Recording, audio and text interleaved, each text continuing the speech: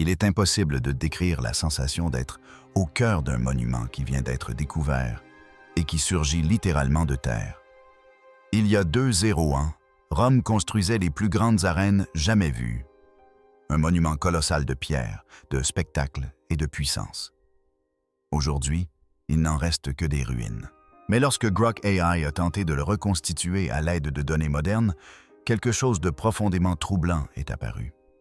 Il semble que les combats se déroulent davantage à l'extérieur de l'amphithéâtre qu'à l'intérieur.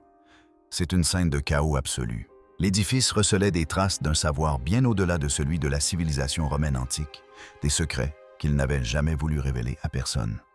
Une construction plus avancée que son temps. Grok AI est l'un des systèmes d'intelligence artificielle les plus avancés actuellement disponibles. Il traite simultanément d'immenses quantités de données. Relevés lidar, images de drones, cartes archéologiques et archives de centaines de structures romaines. Grâce à cette intelligence appliquée au Colisée, le monde a enfin pu contempler ce monument pour ce qu'il était autrefois.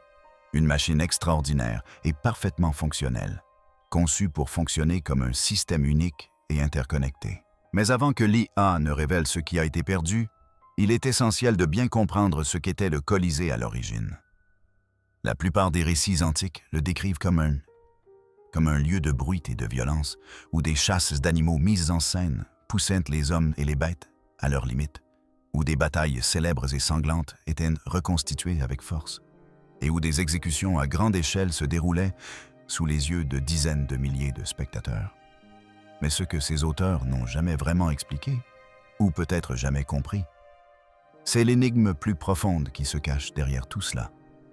Comment une civilisation, il y a près de 200 ans, a-t-elle pu concevoir une structure capable d'accueillir des foules de la taille d'un stade moderne? Ces chiffres, à eux seuls, surprennent encore les historiens. Une fois achevé, le Colisée pouvait accueillir entre 50 0 et 80 0 spectateurs. Aucun autre amphithéâtre de cette époque n'a jamais égalé une telle capacité. Les foules pouvaient y entrer, s'asseoir, se restaurer, assister à des spectacles et ressortir aussi rapidement que beaucoup de stades construits ultérieurement eurent du mal à le faire. Mais ce qui rend le Colisée encore plus remarquable, c'est la précision de sa conception. Chaque couloir, chaque estrade, chaque zone d'attente avait une fonction précise, non seulement pour les artistes, mais aussi pour les milliers de personnes, travaillant dans l'ombre qui rendait des spectacles possibles. Pourtant, le Colisée n'était pas qu'un simple lieu de divertissement. Sa conception recelait une dimension profondément politique. Un avertissement destiné à intimider chaque visiteur qui s'y trouvait. Un rappel que Rome disposait des ressources, de la main-d'œuvre et de la puissance organisationnelle nécessaires pour façonner le monde qui l'entourait. Sa forme ovale, sa géométrie précise et son emprise au sol colossal étaient une affirmation visible de stabilité et de contrôle. Rien n'y était laissé au hasard. La disposition de ces arches, répétée avec un rythme parfait sur les murs extérieurs, témoignait de la confiance de Rome dans ses traditions d'ingénierie. L'un des aspects les plus novateurs du Colisée résidait dans sa gestion des flux de foule. L'édifice comptait 80 entrées et sorties. Les spectateurs pouvaient y entrer et en sortir avec une telle efficacité que les architectes modernes s'inspirent souvent du Colisée pour étudier la gestion des foules à travers l'histoire. Le système était clair et contrôlé. Le billet d'entrée guidait chaque spectateur vers un escalier précis, un couloir spécifique, et enfin vers une place assise déterminée par son statut social. Les sénateurs étaient assis au plus près de l'arène, suivis par les cavaliers. Les citoyens de sexe masculin occupaient les niveaux inférieurs. Les femmes étaient placées plus haut, et les esclaves se tenaient dans les galeries supérieures. L'édifice lui-même était une représentation fidèle de la hiérarchie romaine, que chaque visiteur pouvait déchiffrer d'un seul coup d'œil. Les Romains déployèrent leurs technologies scéniques les plus sophistiquées pour le Colisée. Le sol de son arène comportait des dizaines de trappes, et en dessous s'étendait un monde souterrain de cages, de rampes, de poulies et d'ascenseurs. Depuis ce labyrinthe souterrain, les ouvriers pouvaient faire monter animaux, accessoires et artistes dans l'arène avec une fluidité et une précision remarquables. Cette innovation débuta sous l'empereur Vespasien vers l'an 70. Il la commanda comme un cadeau au peuple romain, et un moyen de restaurer la confiance publique après le chaos du règne de Néron. L'emplacement même de ce monument était significatif. Néron y avait jadis fait construire un lac privé au sein de son vaste complexe palatial. En l'asséchant et en le remplaçant par un amphithéâtre public, Vespasien affirma clairement son intention. Cette terre n'était plus un terrain de jeu impérial, elle appartenait à Rome. À la mort de Vespasien, les travaux se poursuivirent sous son fils Titus. Ce dernier acheva le projet et l'inaugura en l'an 80 par 100 jours de jeu. L'effort de construction fut colossal. Des dizaines de milliers d'esclaves y participèrent, aux côtés d'artisans, d'ingénieurs et d'ouvriers québécois. Scalifiés, ils utilisèrent divers matériaux choisis pour leur résistance, leur poids et leur rapidité de mise en œuvre. Le béton romain, appelé opus cementicum, permit aux bâtisseurs de réaliser des voûtes, des fondations et des murs d'une durabilité remarquable. La structure extérieure et les principaux niveaux de siège étaient constitués de calcaire travertin. Une pierre volcanique plus légère, appelée tuff, a été utilisée pour façonner les murs intérieurs, là où un poids excessif aurait engendré des contraintes excessives. Les couloirs et les structures porteuses étaient construites en béton recouvert de briques. Les étriers en fer assemblaient de gros blocs de pierre, tandis que le marbre encadrait les entrées et revêtait les sièges réservés à l'élite romaine. Les Romains ont également eu recours à des arcs et des voûtes pour répartir le poids sur l'ensemble de la structure, lui conférant ainsi la solidité nécessaire pour supporter des dizaines de milliers de personnes simultanément. Ils ont adopté une approche modulaire, divisant le projet en unités répétables afin que différentes équipes puissent travailler sur plusieurs sections en même temps. Pour une structure de cette envergure, son achèvement en seulement 8 à 10 ans reste stupéfiant. L'édifice final était tout aussi fonctionnel. Le mur extérieur s'élevait sur 4 niveaux. Chaque niveau reprenait un style classique différent, dorique, ionique, puis corinthien au sommet. Au-dessus, un immense dais rétractable, le vélarium, couvrait une partie des gradins. Manœuvré par des marins expérimentés de la flotte romaine, il offrait de l'ombre lors des longs événements. Malgré son influence considérable, le Colisée que nous connaissons aujourd'hui ne représente qu'une fraction de ce qu'il était autrefois. Mais si une si grande partie du Colisée a disparu, comment pouvons-nous vraiment nous rapprocher de sa forme originale? L'IA pourrait-elle enfin révéler des détails perdus depuis près de 201? Les parties manquantes du Colisée. Une grande partie du mur extérieur sud du Colisée s'est effondrée après une série de tremblements de terre qui ont frappé Rome entre le 5e et le 14e siècle. 2 séismes, l'un en 847 et l'autre en 1349, ont causé les dégâts les plus importants. Le séisme de 1349 fut le plus violent, arrachant d'énormes pans de pierre et laissant l'intérieur à nu. Malgré ces fissures visibles, la manière dont le Colisée a résisté aux contraintes demeure un mystère. Les ingénieurs savent aujourd'hui quelles zones ont cédé, mais peinent encore à comprendre la logique qui sous-tend les zones fortes et les zones faibles de la structure. Les Romains construisaient avec une précision incroyable, trop avancée pour leur époque. Mais le raisonnement exact qui sous-tend certains de leurs choix architecturaux reste malheureusement un mystère. Perdu. Outre les catastrophes naturelles, les intempéries ont également joué un rôle lent et constant dans la ruine du Colisée. La pluie s'infiltrait dans le calcaire, érodant les détails jusqu'à ce que les arêtes s'adoucissent et que les sculptures disparaissent. Le vent, lui aussi, usait les angles, emportant de fines particules dans l'air, siècle après siècle. La pollution moderne a accéléré la dégradation, noircissant les surfaces et rongeant la pierre d'une manière que les bâtisseurs n'auraient jamais pu prévoir. Couche après couche, l'extérieur du Colisée s'est dégradé, se transformant en ce que nous voyons aujourd'hui. Le feu a également laissé son empreinte. Le Colisée contenait autrefois d'énormes quantités de bois, des gradins au plancher des chambres souterraines. La foudre et les incendies accidentels ont détruit ces éléments en bois à plusieurs reprises. Cela a laissé des supports fragilisés et des surfaces calcinées, contribuant à l'aspect fragmenté qui caractérise aujourd'hui le monument. L'un des plus grands mystères du Colisée réside dans le système de levage, qui fonctionnait autrefois sous l'arène. Les trappes et les plateformes qui permettaient en jadis d'admirer les animaux, les combattants et les décors ont depuis longtemps perdu leurs éléments en bois. Il ne reste que des canaux de pierre, des rails sculptés et de subtils indices suggérant le fonctionnement possible de ce système. Les archéologues ont étudié ces marques en détail, élaborant plusieurs théories. Pourtant, personne n'a encore pu déterminer avec certitude le fonctionnement de l'ensemble du mécanisme. L'absence de plan a rendu l'énigme encore plus complexe. Les Romains n'ont laissé ni schéma complet, ni mesures officielles, ni dessins architecturaux pour guider les chercheurs modernes dans l'agencement du Colisée. Les récits décrivent donc des événements, non des plans de construction. Aujourd'hui encore, les efforts déployés pour explorer l'édifice se heurtent à des limites. Certaines zones sont trop fragiles pour y pénétrer, et certaines salles ont subi des déformations au fil du temps, rendant les mesures précises difficiles. Il en résulte un monument étudié depuis des siècles, mais qui demeure nimbé de mystères. Les dommages les plus troublants subis par le Colisée sont peut-être ceux causés par l'homme. Après la chute de l'Empire romain d'Occident, les arènes, jadis magnifiques, furent abandonnées. Leurs pierres se désagrégèrent et leurs murs furent laissés à l'abandon, livrés aux intempéries et à l'effondrement. Pire encore, au Moyen Âge, on commença à prélever des matériaux de construction de grande qualité. Les gradins en marbre furent les premiers à disparaître.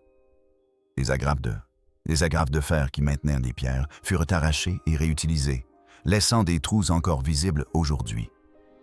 Des blocs de travertin furent également prélevés et réutilisés dans de nouvelles constructions à travers Rome. Même la basilique Saint-Pierre renferme des éléments provenant à l'origine de l'anneau extérieur du Colisée. Outre les pillages dont elle a été victime, l'édifice a également changé de fonction au fil des siècles, selon ses occupants. Au XIIe siècle, de puissantes familles comme les Frangipani et les Annibaldi ont transformé une partie de la structure en forteresse. Ils construisirent des murs à l'intérieur de l'amphithéâtre, transformant les espaces destinés à la foule en zones défensives. Au XVe siècle, le pape Alexandre VI autorisa l'exploitation du Colisée comme carrière, et les ouvriers extrairent davantage de pierres pour de nouveaux projets dans la ville. Plus tard, des familles entières s'installèrent dans les ruines. Des ateliers, des entrepôts, des écuries et de petites maisons remplissaient ce qui n'était autrefois que des couloirs pour les spectateurs. Le monument est devenu un quartier, son identité originelle s'estompant sous l'effet de l'usage quotidien. Au XVIIIe siècle, l'édifice acquit une nouvelle signification. Les papes le déclarèrent nommé un lieu sacré en l'honneur des martyrs chrétiens qui, selon la tradition, y seraient morts. Cette désignation a mis un terme à la destruction, et le Colisée a enfin cessé de se rétrécir. Au XIXe et XXe siècle, un regain d'intérêt archéologique a finalement permis d'entreprendre des travaux de restauration. Les ingénieurs ont tenté de renforcer les murs, de dégager les débris et de stabiliser certaines parties de l'anneau extérieur afin d'éviter tout nouvel effondrement. De fait, d'importants travaux de conservation se sont poursuivis jusque dans les années 1990, façonnant le monument tel que des millions de visiteurs le voient aujourd'hui. Pourtant, malgré tous ces efforts, le Colisée demeure inachevé et soulève encore de nombreuses questions. Comment fonctionnait précisément le plancher de l'arène lorsque tous les éléments mobiles étaient en place? Comment les bâtisseurs ont-ils réussi à répartir les forces avec une telle efficacité que certaines parties de la structure restent stables même après tant de séismes? Ce que Grok Age pouvait révéler. En 2025, un vaste projet de numérisation de 2 ans, mené par le parc archéologique du Colisée, a permis de réaliser la première maquette tridimensionnelle complète de l'amphithéâtre antique. Grâce à la modélisation des informations du patrimoine bâti, BIM, l'équipe a créé une base de données unique et actualisable intégrant les données géométriques, les matériaux et les informations structurelles. Ce système numérique permet aux chercheurs de mesurer, de surveiller et d'analyser le monument dans un environnement unifié, offrant une compréhension détaillée de sa forme, de son état et de son évolution au fil du temps. Les experts peuvent enfin suivre la progression des fissures et comparer la réaction des différentes sections aux intempéries. Ils peuvent également planifier les travaux de restauration avec une précision inédite. Pour toute intelligence artificielle avancée, y compris Grok, ce modèle constitue un fondement. Il s'agit d'une cartographie précise de ce qui subsiste, de ce qui a disparu et de ce qui est prêt. Et ce qui est prêt à être exploré d'une manière inaccessible aux méthodes précédentes méthodes de recherche traditionnelles. L'une des premières choses que Grok a pu mettre en lumière est la et la répartition des fissures sur l'édifice. Aujourd'hui, le Colisée présente un aspect inégal, comme si une partie avait vieilli plus vite que l'autre. Il s'avère qu'il existe une explication claire à cela. La partie nord du monument repose sur un sol ferme, tandis que la partie sud était autrefois bâtie sur un sol plus meuble, près du lac asséché de Néron.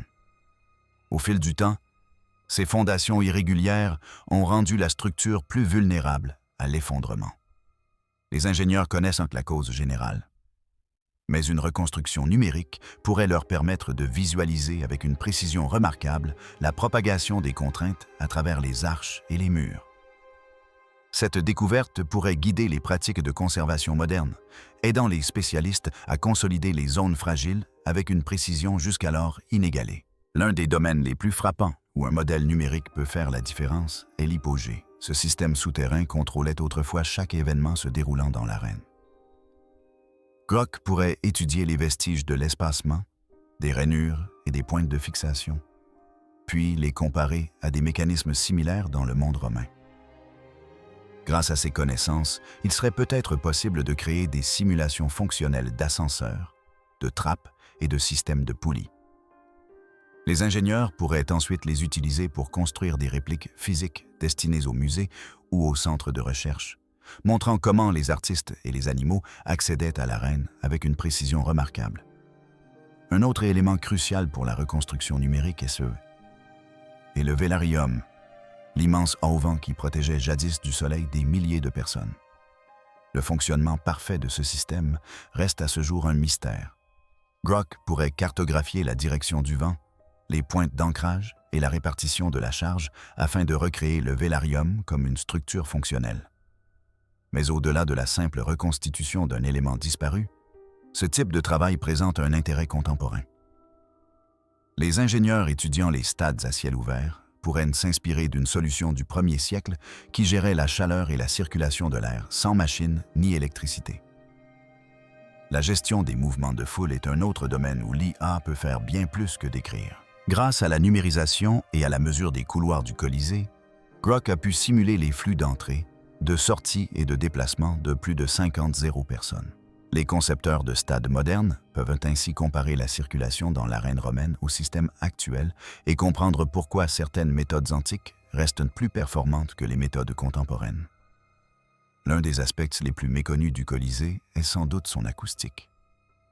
L'arène à ciel ouvert diffusait autrefois les voix, la musique et les bruits de la foule sans l'aide des technologies modernes, contribuant ainsi à façonner l'atmosphère de chaque événement. Grok pouvait examiner la courbure des murs, les matériaux utilisés pour les gradins et la hauteur du sol d'origine afin de simuler la propagation du son. Grâce à cette maquette, les historiens pouvaient enfin comprendre l'environnement sonore de la Rome antique, tandis que les acousticiennes modernes pouvaient étudier les solutions aux problèmes d'écho et d'amplification. Pour la plupart des visiteurs, le Colisée apparaît comme une simple structure de pierre nue. Pourtant, ce monument arborait jadis des couleurs, des décorations et des textures qui demeurent à ce jour un mystère. Grok pourrait combiner l'analyse des pigments, des références historiques et des comparaisons avec d'autres sites romains afin de recréer l'aspect originel de l'édifice. Les musées pourraient utiliser ces maquettes dans leurs expositions, permettant ainsi aux visiteurs de pénétrer dans une version du Colisée plus fidèle à ce que les Romains ont réellement vu. Même les matériaux de construction eux-mêmes soulèvent des questions. Le béton romain présente des caractéristiques uniques. Il résiste à la fissuration, se régénère lentement et est immergé. Si les scientifiques parvenaient à étudier les processus chimiques qui confèrent sa résistance au béton romain, les retombées seraient bien plus importantes que pour l'archéologie. Ce qui distingue Grok des autres IA, c'est sa capacité à privilégier le raisonnement à la simple reconnaissance de forme. Il peut pondérer des données contradictoires, identifier les liens manquants et construire des modèles qui tiennent compte des limites des preuves. Grâce à sa capacité à conserver le contexte, Grok peut fusionner textes anciens, mesures numérisées et rapports archéologiques sans perdre le fil. Ces simulations lui permettent de tester des hypothèses. Et si une reconstruction proposée ne correspond pas aux données physiques, Grok peut ajuster le modèle jusqu'à ce que tout s'emboîte parfaitement. Mais le plus grand mystère du Colisée demeure celui des premières batailles navales qui s'y déroulaient et de la manière dont les Romains géraient l'approvisionnement en eau à une telle échelle. Si Grok parvient à résoudre une énigme dans son intégralité, ce sera peut-être celle-ci. Le mystère des batailles navales au Colisée. Parmi toutes les histoires liées au Colisée, aucune n'est plus incertaine que les récits des batailles navales qui s'y seraient déroulées. Ces événements, appelés nomachie, visaient à recréer des batailles navales célèbres et à offrir au public un aperçu direct des combats sur l'eau. Les auteurs antiques décrivent des navires, des marins et parfois même des gladiateurs s'affrontant dans une arène inondée. L'idée paraît presque inconcevable, pourtant les sources sont suffisamment claires pour suggérer que de tels événements se sont produits durant les premières années du monument. Ces batailles n'étaient pas des spectacles ordinaires. Elles relevaient du domaine de la célébration et étaient destinées à illustrer la puissance technique de Rome. Dans une ville déjà réputée pour ses aqueducs, ses fontaines et ses immenses travaux publics, inonder un amphithéâtre aurait été une autre façon d'affirmer sa maîtrise de la nature. Pour les premiers empereurs, c'était un symbole fort. Si Rome pouvait contrôler les fleuves et les canaux à sa guise, elle pouvait tout contrôler.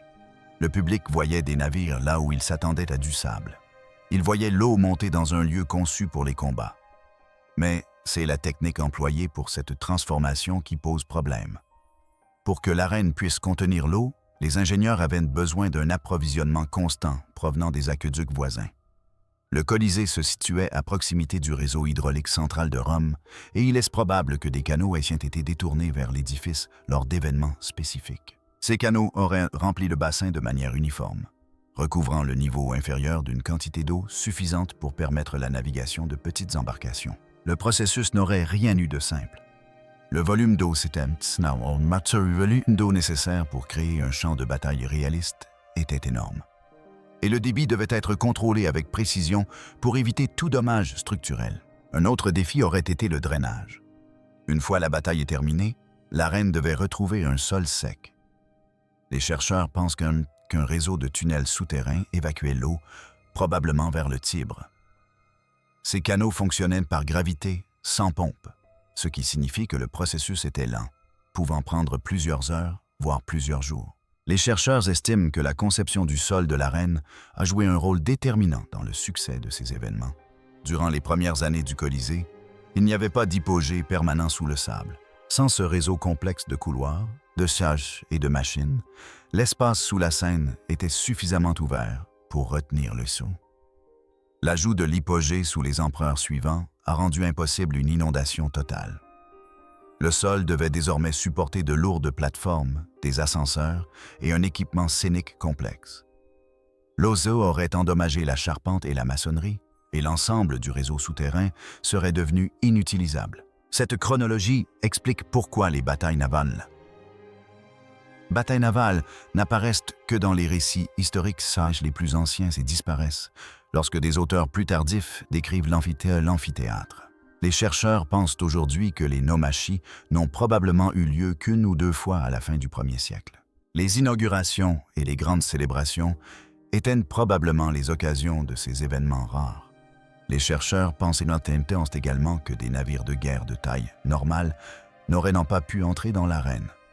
Les embarcations décrites dans les récits antiques devaient être plus petites, peut-être des versions réduites de navires romains construits spécifiquement pour la représentation. Elles étaient suffisamment grandes pour transporter des combattants entraînés et créer l'impression d'un combat naval, mais suffisamment petites pour manœuvrer dans un espace restreint. Malgré les descriptions qui nous sont parvenues, de nombreux aspects de ces événements restent incertains. Les preuves archéologiques d'inondations à grande échelle sont limitées. L'hypogée, tel qu'il existe aujourd'hui, recouvre le sol où se trouvait autrefois le bassin, ce qui rend difficile le traçage des canaux d'origine. Il ne reste que des indices des drains creusés, des traces d'un ancien revêtement de sol et des récits écrits décrivant l'eau se répandant dans l'arène. Si vous avez apprécié cette vidéo, n'oubliez pas de cliquer sur les vidéos à l'écran. Merci d'avoir regardé. À bientôt pour une prochaine vidéo.